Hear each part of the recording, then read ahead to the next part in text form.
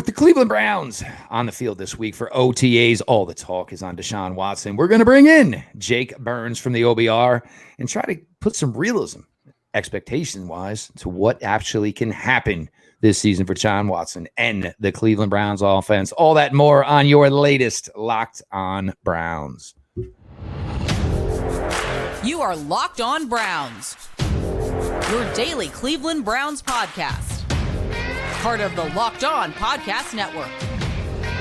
Your team every day.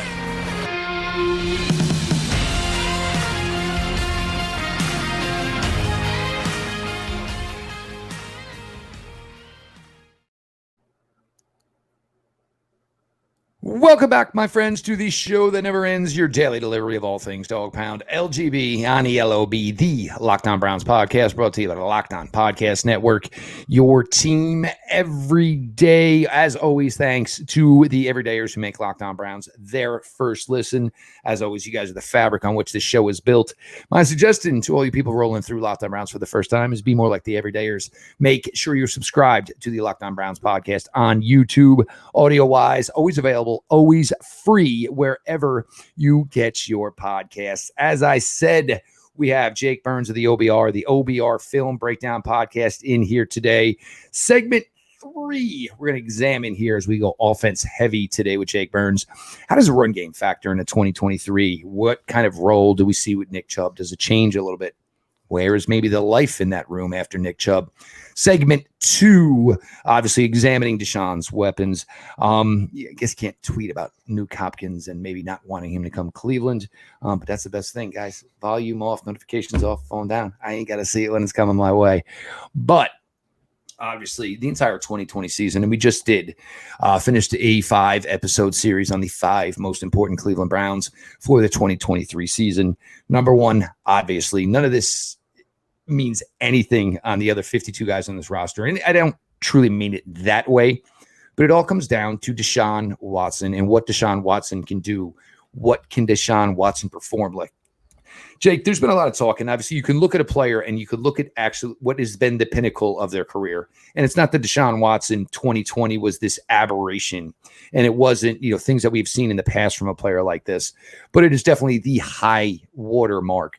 You look at a player like Watson, hopefully the rust removed, hopefully a little bit more comfortable now, new coach, new system, new city, new team, new players, everything. In the time he's been here, 5 wide receivers brought in alone just in the time Deshaun Watson has been here.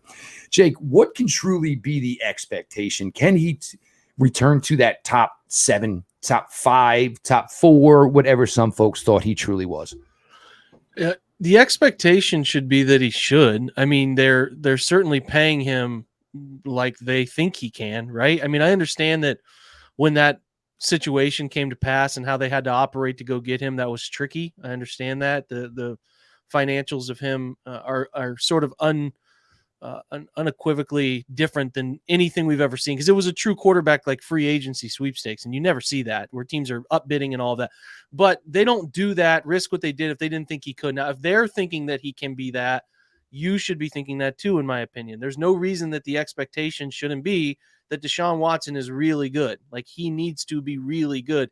I'm not saying he has to be better than Joe Burrow, Josh Allen, but you're expecting him to be in that discussion again, because he was, and he's now had, the 6 games were ugly. I don't know if ugly is the right way to say it. There were flashes of good play in those 6 games. It was clearly, and I've tried to illuminate this on my side as best I can. Like, there were clearly mixed ranges of what they wanted to do, who they wanted to be offensively when he was there. So it's not a surprise to me that he struggled, largely because they came out of the gate and wanted to do something that was more built toward him.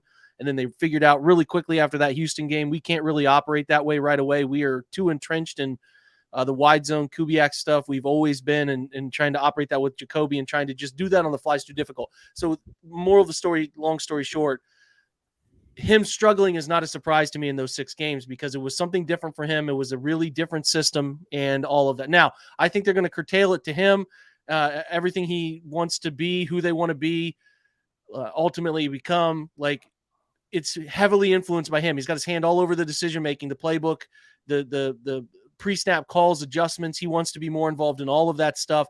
So you should be expecting a really good quarterback this year. Again, to sort of answer your question in the second part of it, does he have to be that for them to win, Jeff? I don't think he has to be elite for them to be a winning, have a winning, 10, 11 win season. I think he can be 90% of that player, 85, 90%, and they could still be really good.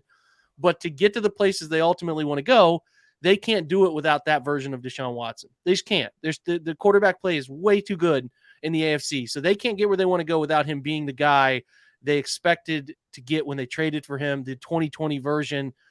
They have enough talent around him to help him get there. So it's going to be on Deshaun to get there. You should be expecting that. But again, it doesn't have to be that to get to 10, 11 wins and a chance in the playoffs. So it's a process. They're growing. This is a big year, obviously.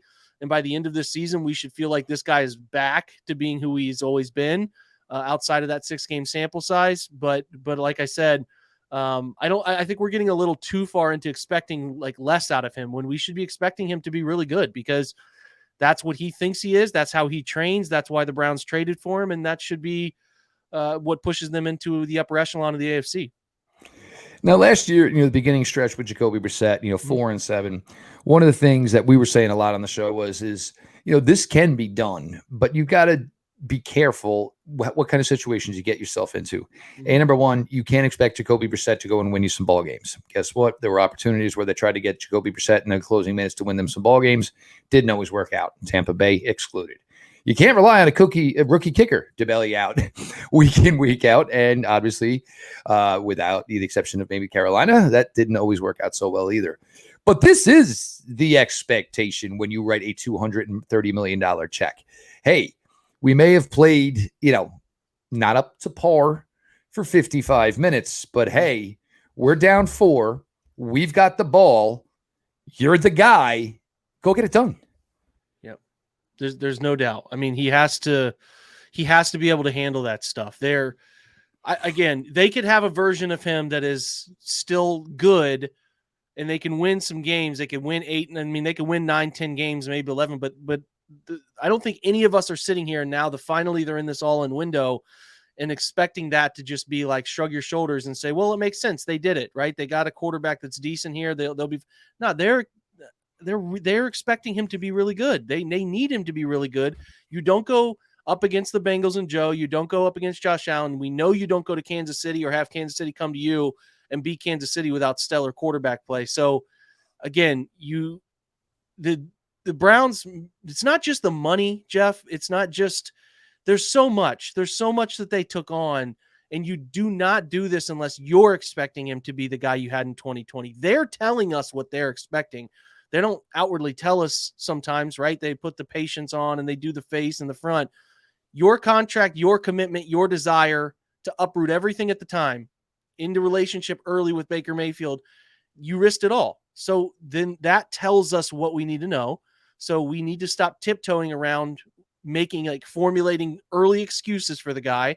No, he should be really good. If he's not really good, considering all of the weapons, the stellar offensive line, if he's not really good, that's a disappointment.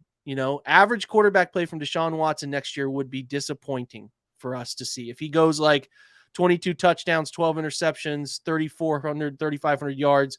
Now, ultimately, Jeff, I've got some takes on this on the record on my show. Like that, whatever happens with Deshaun this year, he'll be absolved of it. If he's stellar, it's because of him. It's because he's great. If he's bad, they're going to blame. Oh, no doubt. Kevin, and they're going to push Kevin out the door. So he's got a year here to figure, get it all right. But to me, the expectation when I break down film, when I watch him, should be a quarterback that plays every bit as good as the one I see in Cincinnati, Buffalo, and Kansas City. It should be pushing into that right now. I take that back. Pat Mahomes is on an island of his own. I don't even want to put people out there. We've seen too much evidence of it. But the guy in Buffalo, the guy in Cincinnati, that's the rank. You got to figure out how to get the Browns into that quarterback threshold. And if they do, we're going to talk about some of their weapons. It's good enough. The defense has been committed to being better. The coordinator changes. It's all there. It's all there for the taking, man. There's no doubt about it. And a nice little segue there from Mr. Burns here.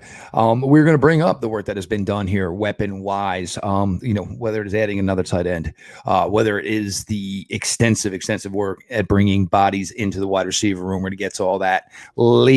Thank you, everybody, for being along here. Your latest Locked On Browns, Jeff Lloyd, joined by the OBRs, Jake Burns. If you were like me and you want to make healthier snack choices, but you don't want to compromise on taste, I've got just the thing for you. Built Bars and Built Puffs. Built Bars are healthy and they taste amazing. Seriously, they taste so amazing. You won't think they are good for you. You got to try it. What makes Built Bars so good? Well, for starters, they are covered in 100% real chocolate. That's right, real chocolate. They come in unbelievable flavors like churro, peanut butter brownie, and cookies and cream. I'm not sure how Built does it, but these bars taste like a candy bar while maintaining amazing macros. And what's even better is that they are healthy. Only 130 calories and 4 grams of sugar with a whopping 17 grams of protein. We've talked in the past about ordering your bars from Built.com. Well, now you can head to your nearest Walmart, walk into the pharmacy section, and grab yourself a box of Built Bars. You can pick up a 4-bar box of cookies and cream, double chocolate, or coconut puff. If you're closer to Sam's Club, run in and grab a 13-bar box with our hit flavors, Brownie Batter Puff and Churro Puff. And guys and gals, you can thank me later. Jake, we discussed here, and look, the Amari Cooper trade done, obviously, right before the Deshaun Watson trade. You go out in the draft that year, you draft David Bell, a player that, I don't think we saw enough of, but I think we saw enough of that he probably should be some part of this room here in 2023. You go into this year, you make the Elijah Moore move, a player that plenty of us would have loved to have found a way for Cleveland to originally draft him. The way it all shook out, you end up dropping back a little bit later in the draft. You bring in a player that you gave up a second-round pick for a player who was a former second-round pick, 23, untapped potential. I love the fact that he comes in here with a little bit of chip on his shoulder. That the franchise that he was with didn't necessarily know what to do at the quarterback position, which led to him not being as used as much as he should have been. And also that fact that a player like Aaron Rodgers said, I'm good. I got my own guys, so if you need to move on from him, move on from him. Then you take that pick, you go out and basically double down, get one type of wide receiver you do not have in this room, the biggest wide receiver in the room in Cedric Tillman. And then even you find an opportunity here to say, well, there is a guy in that room who we drafted to be a speed merchant. It hasn't really worked out. Now, here is an NFL veteran with a proven history of being a role-playing wide receiver with legit track speed in Marquise Goodwin. And now it's always, and I love that everybody wants to say, well, you look at this room and these 6 wide receivers. If you're playing your 5th and 6th wide receiver meaningful reps, it usually doesn't work out. Usually something bad happened. But the depth of this room, and also for me, Jake, the diversity of this room in which all these guys kind of differ from each other, not cookie cutter type of guys. Yeah. And it gives the opportunity to play different ways. I mean, I've been clamoring, look, Elijah Moore, there could be a path here where he leads his team in receptions because there's so many gibby touches you can get him, whether it's smokes, whether it's screens, jet screens. There's so many things you can do with him where he comes in here to what Donovan Peoples-Jones has done for his first 3 years. Amari Cooper, and it's the funniest thing that we learned about Amari Cooper is he doesn't get talked about like he should because Amari Cooper is pretty much like Nick Chubb. He's just a guy, a skill player in the NFL who doesn't really have much to say. It's a rarity in this day and age. And I think it's part of the reason like players like he and Nick do get overlooked. But the weaponry that is at the disposal of Deshaun Watson here, you got to be excited about it. Yeah, there's plenty of answers, put it that way, right? I mean, you have a traditional X and Donovan who's done it for a while. He's not a separator, but he can catch the football. He's as sticky-handed as it gets. He's a nice backside route runner for them for their front side combinations. Like Amari is so flexible, he can play the slot. And Donovan's played some slot too. They mix up those alignments. Like they can do that. He can play Z. He can float inside. He can do moving stuff, motion. You can put him anywhere you think is advantageous. Elijah's got a bunch of experience. I think he's best fit to play Z because I want to move him around and let him be fluid and put him to the field and let him run those separator types of routes that put him into situations where a long throw is able to get there because he's created enough separation, but he can play slot. I mean, like last year he was playing X and then the Jets decided, Garrett Wilson's pretty damn good. We should probably put Garrett Wilson at X, let him do his thing there. And I understand because I think Garrett Wilson's going to be a multi-time All-Pro guy. No, there's no doubt. So that really ticked Elijah off because he was playing X and that's where he wanted to play. That's why he got into the tizzy with the coaching staff and all that. He ends up playing slot. He was fine. It's just the Zach Wilson nightmare had a huge impact on him. So there's the weapons there. I mean, you got youngster Cedric Tillman can play X or Z. Some people think he can play a little bit more Z. I got to see some more of it. He's a traditional X to me, kind of pushing Donovan. That's fine. David Bell's, I mean, he was all over the field last year, didn't produce a ton, but again, that offense isn't predicated on letting slot receivers thrive. So it's not surprising to me. Hell, they didn't even want to put Jarvis Landry in there all too much because you wanted to get him chances and they don't use that position a lot. So maybe as they evolve here, they will. And I think they will I know they're going to go to more RPO gun-based things and just really a variation of different schemes that they haven't really wanted to put in both the run phase and pass game. It's going to look completely different, but at times, I should say, I got to be careful with the phrasing. At times it will look completely different. But that's 5 guys. Marquise Goodwin can run. You can put him wherever. He's never been a slot guy, but in Seattle last year, he had a bunch of success playing the slot with Geno Smith in that pass game, which was really effective. So, that's enough, right? And the question is DeAndre Hopkins, right? If he comes here, if he's interested if he really says to you, I would love to come play for the Cleveland Browns, I can make a couple years at $8 million worth it. Do I think they need him? No. And I think that's what Kevin said at the golf tournament the other day. They don't need him. We like our room. They believe in their guys. But if Hop does want to come here at a reasonable price, like, he's still good. I'm writing on it right now. He can play. He's not running past anybody, but he can create separation. He snaps off routes the way the old Hopkins did. Not quite as much. He's lost about a half step, but he's so nuanced, Jeff. He knows how to get open against coverage and box people out. And what he's really good at and what pairs with Watson so well and why those two really tickled each other's fancy back in the day in terms of making each other better is he's so good at scramble drill. He knows the second his mobile quarterback moves where I need to go. He just has a keen feel for it. So I don't think they need DeAndre Hopkins, but if they were to okay, hey man, this guy really wants to come here, we'll make it work. They'd be better. He's good. He's still good enough, right? I see how you could say it stunts the growth of some guys, but also, I mean, injuries occur. We got Amari coming off a core muscle surgery. You've had health at that position relative, and you never plan on it. But I just think that saying they wouldn't be better with him, I think is just not right. Now, do they need to go all out, sell themselves out to get him? No. But there's a difference between an angle of a contract that would make sense for the Cleveland Browns and a guy who really wants to come here and play with the quarterback he knows is really good. So I think they've done enough. You add in David at tight end, as you know, Jeff, and you add in Jordan Akens, who he is very athletic, even at his age. It's hard to find somebody that you could say, hey, he's kind of like David Njoku, but they actually did go find out somebody who's kind of like David Njoku. Now, he doesn't want to block like David, but they do want him to catch it like David. He can, Jeff. He's good in the open field, brother. He can really move, and he can make people miss, and he can extend plays.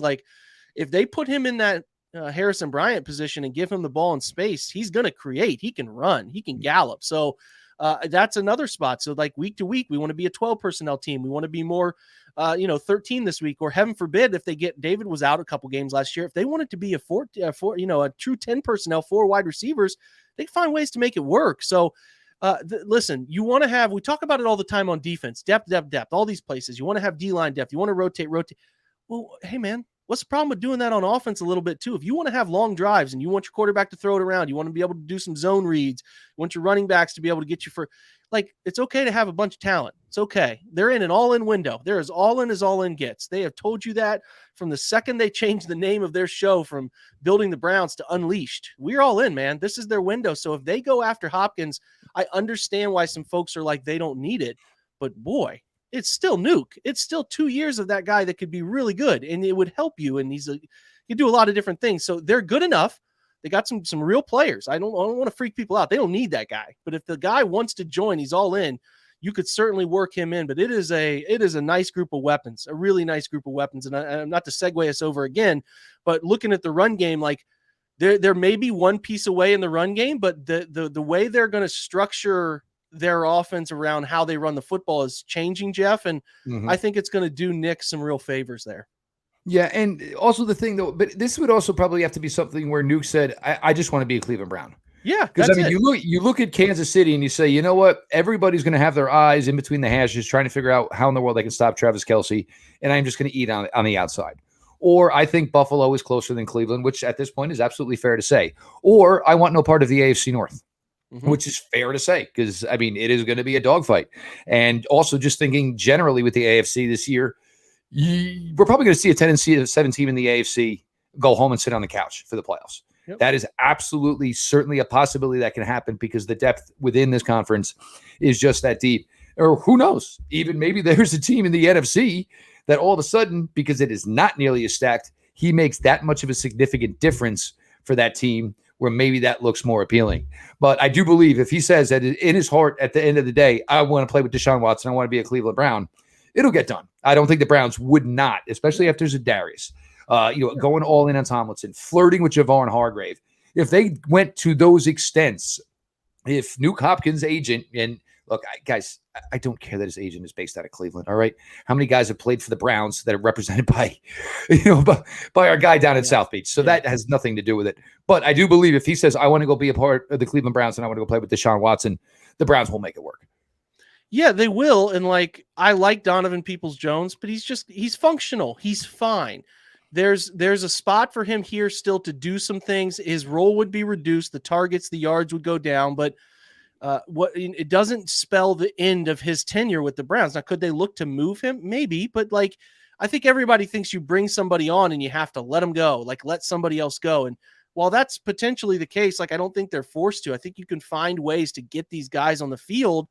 And, the thing we have to remember is you're not the availability of players doesn't happen all at once. There's this notion that an off season all happened on one day. You didn't know Nuk was going to become available. You didn't know Elijah Moore was going to become available when he became available, or to the defensive side, Zadarius.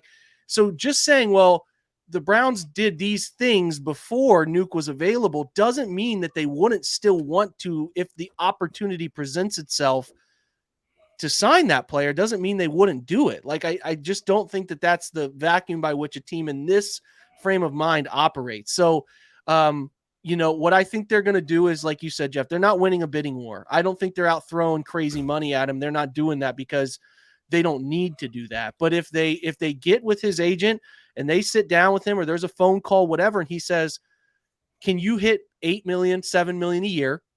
Make some of this, signing bonus me up so I get this guaranteed. Let's run 2 years of this. I don't think that that's crazy to think it could happen, because it's a destination right now. It really is a destination spot that people do, guys in the NFL do want to go. Now there's a stigma these guys need to shake. We all know that. Everybody listening, they have to prove it. But there's no doubt that players respect Deshaun.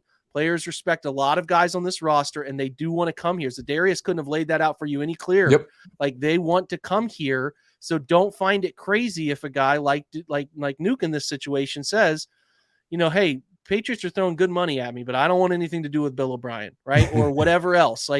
It's not impossible to think that guy really does. It's a different frame of mind. But I also think that if there's two teams that could clearly use him more, that should be chasing him with more money, and that is Buffalo and Kansas City. It's not a doubt in my mind, but do they have the money, and do they ultimately give him something that he's looking for, right? That's the question. So there's just a level of familiarity. If the best years of your career happen with my guy and I know if I go there, he's going to still get me the rock, there's appeal to that. There's real appeal to it. So I'll just leave it at that. But to your original question, Jeff, there's enough. If nothing happens else, there's enough here to win, man. The weapons are good. The weapons are really good.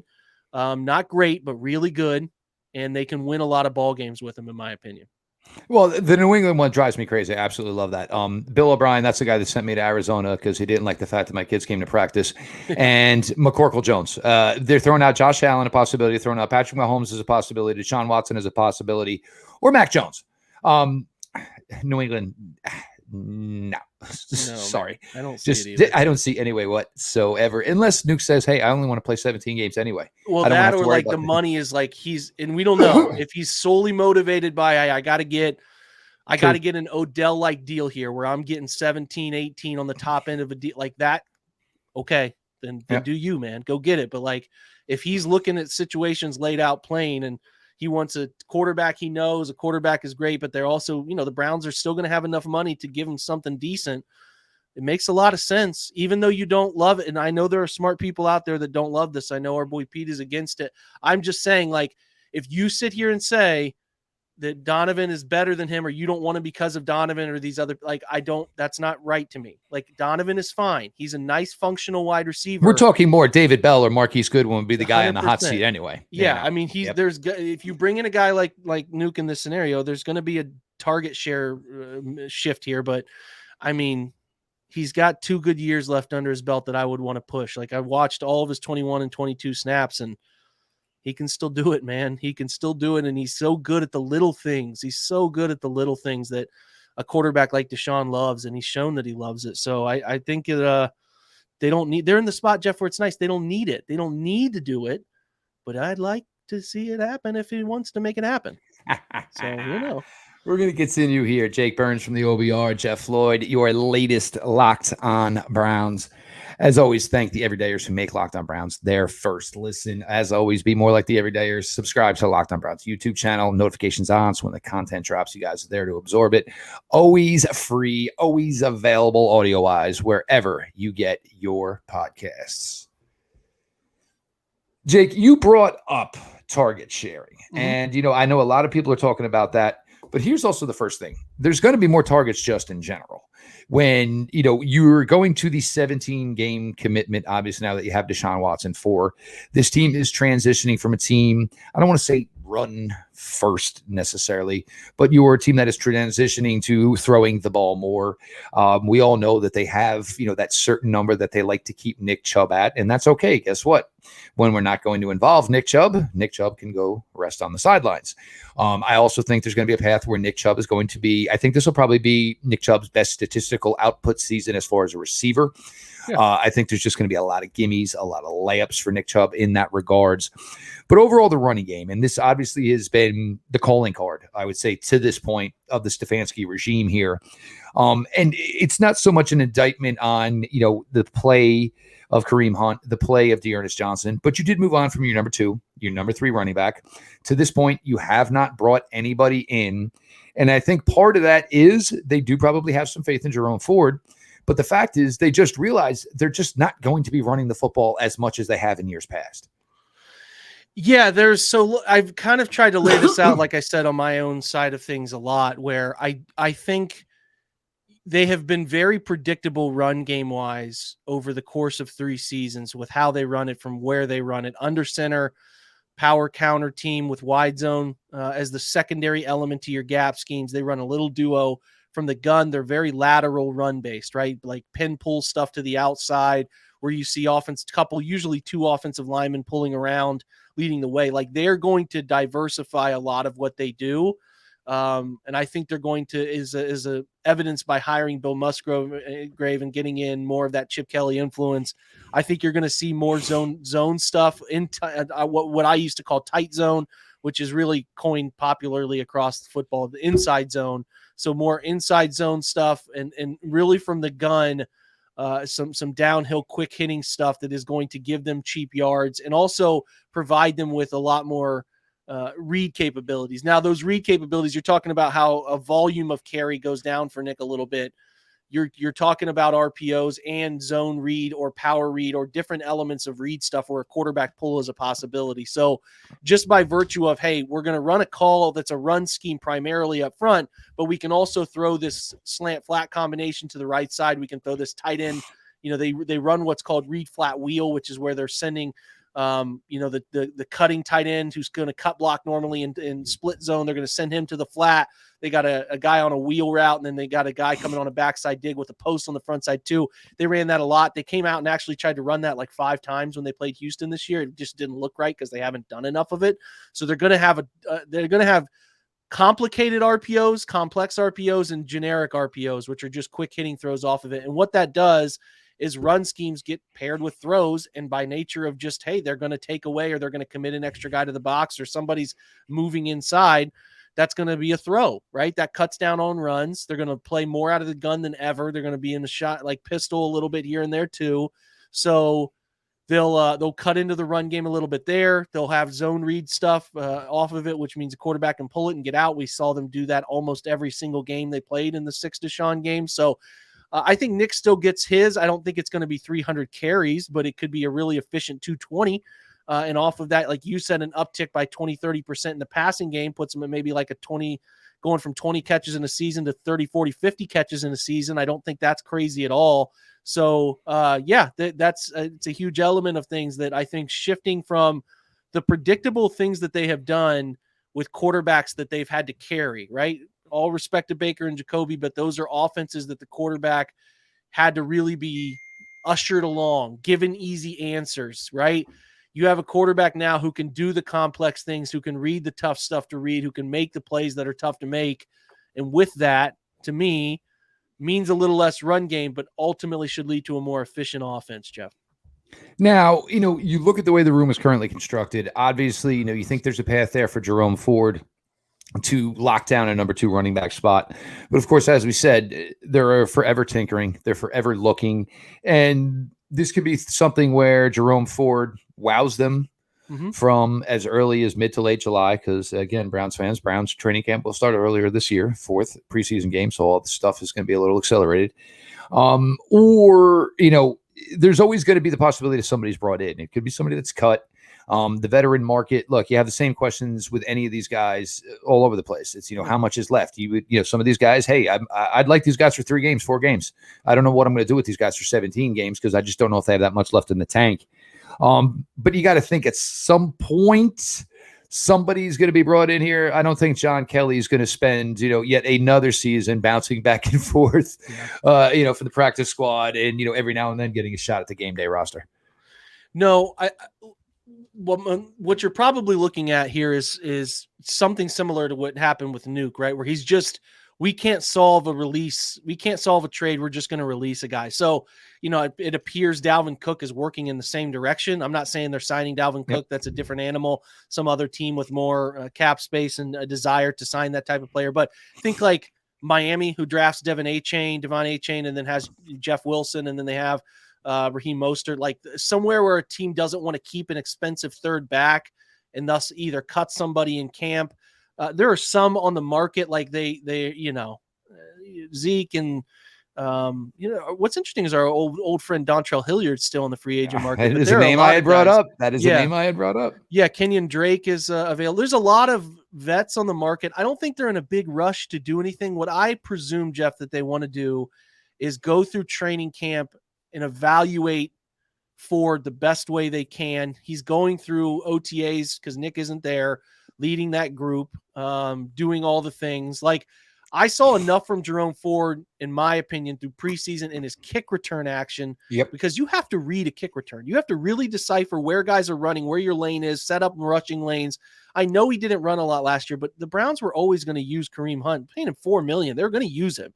They got to get their money out of that guy. So I'm not surprised they didn't give Jerome Ford a ton of carries. But I think there's enough with Jerome that I like, and especially his Cincinnati Bearcat background in that offense that they ran, which has a lot of elements of what I think is coming that will make him really comfortable in it. And he can handle catching the football out of the backfield a little bit too. So, we know Demetric Felton is moving back. I don't have any hopes for that, but I do think if they're looking like, do we have an internal player here who can catch the football out of the backfield? Well, Dontrell can do that. I said Dontrell. Demetric can do that. He's able to do that. He has a history of doing it in college. Now he shifted to wide receiver because the Browns running back room was so loaded. That was the only path for him to find the field. But hey, do we need a third down scat back, maybe a Duke Johnson type that we can put on the field in these situations? It's not an element that he shouldn't be trying. That's his only path to making the roster. So I guess what I'm saying, Jeff, I wouldn't be surprised if they went Jerome Ford and Demetric Felton, spent their money on other guys they feel they need are more necessary. Maybe the Shelby Harris, Matt Ioannidis types. So there's a 3-tech. We already went through and covered all the Nuke angles, like what that could look like. I just wouldn't be surprised if they think Jerome, we drafted him in the 4th round. We like him. We know he didn't play a ton last year, but if we drafted him this year, we'd be excited about that player. Give him the opportunity, give Demetric the opportunity. We have a 4th back in John Kelly, who's been around our franchise and system and everything for years, who's good enough to be a spot player here and there. So I just wouldn't be surprised. Now, could they? I heard they liked Max Borgi, the kid from Washington State, who was in for a tryout. It was more of a receiving back, obviously, in that air raid stuff they ran out there at Washington State. They're going to sniff around. They're going to look at others at the position, but ultimately, if they're looking at like, we have to slash costs somewhere, I think that they might want to stomach a second Jerome Ford and third Felton type just to see if they can get something out of that. But again, we'll see. There's a lot of veteran names. If they come out of mini camp and they don't feel good about it going into training camp, maybe the first few days of training camp, Jeff, that's when you could see like a Malcolm Smith type signing at the position where it comes in during camp and solve it that way. So in an ideal world, your guys, Jerome, Demetric is your third guy, and John Kelly's and you save a lot of money. You can do a lot of different, keeps your flexibility open, but there's going to be some sniffing around some veterans too, I think. Well, I mean, and which is always the for them, the analytic planet running back. But the problem is Nick Chubb broke the analytic mold. That was the problem the Cleveland Browns had, is Nick Chubb became the guy that was so good and pretty much irreplaceable in their eyes that they said we had to pay. There would always be that one anomaly for anything you had, and Nick Chubb ended up being that guy for them. He is Jake Burns, Orange and Brown Report. If you guys don't know by now, oh my God, you should. The OBR Film Breakdown pod. Jake does a fantastic job over there. Make sure you're checking everything out. Make sure you can also, by checking it out, make sure you're following at Jake_Burns18. Pleasure sitting down here breaking bread with Jake again. Certainly been too long, and we certainly will not make the length go that long again in between opportunities sitting down and talk with Jake. I am your host, Jeff Lloyd, at Jeff_LJ_Lloyd. Appreciate all the everydayers who make Locked On Browns your first listen. You can join them. Make sure you subscribe to the Locked On Browns YouTube channel. Always available, always free audio-wise wherever you get your podcast. This has been your daily delivery of all things Dog Pound. LGB on ELOB. Let's go Browns.